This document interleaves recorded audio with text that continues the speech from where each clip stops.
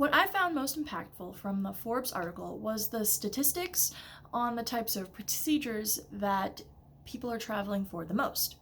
Cosmetic surgery makes up only 13% of the surgeries that people are traveling for, where general surgeries make up 30%, and dental surgeries make up 50% of what people are traveling for care-wise. I did not expect dental surgeries to be the highest percentage of all the surgery types, and I think it does give a look into how other areas of the world may not have as advanced dental care as we do here in the United States. Another key thing I found important was how many different industries, such as transportation, restaurants, hotels, other forms of temporary housing, and even lead government offices, can go into attempting to make medical tourism more effective for the patients as well as profitable for the cities like Houston, where many foreigners are traveling for medical procedures. To go along with my last mentioned point,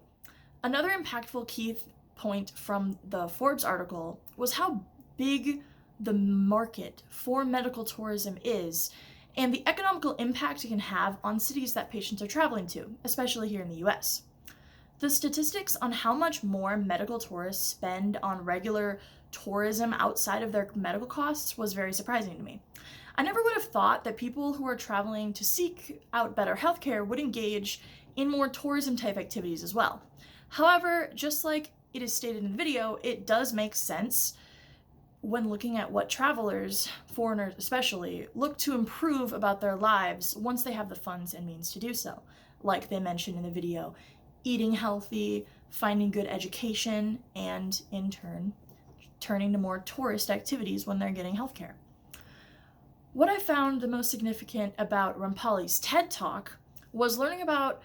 the practice of many qualified professionals switching to private sectors of healthcare to earn more money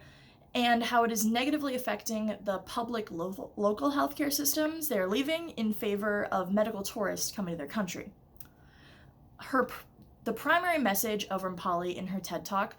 is the complexity of medical tourism and the possible unseen negative effects it has on patients traveling to other countries for care, as well as the overall effects to the healthcare system involved. She explains how medical tourism,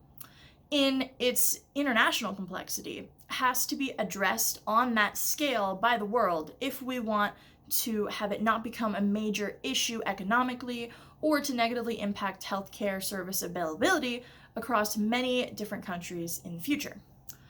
Overall, through the TED Talk, I learned a lot about the other side to medical tourism in comparison to the Forbes article and the possible negative impacts it can have on public local hospitals around the world losing patients due to costs or service availability, and the risks patients must take when deciding to travel different countries internationally for medical care. And the specific type of medical tourism I researched that was not mentioned in these videos was one that was minorly covered in our last chapter, over chapter 13. And that was the medical tourism associated with physician-assisted suicide. This type of medical tourism is not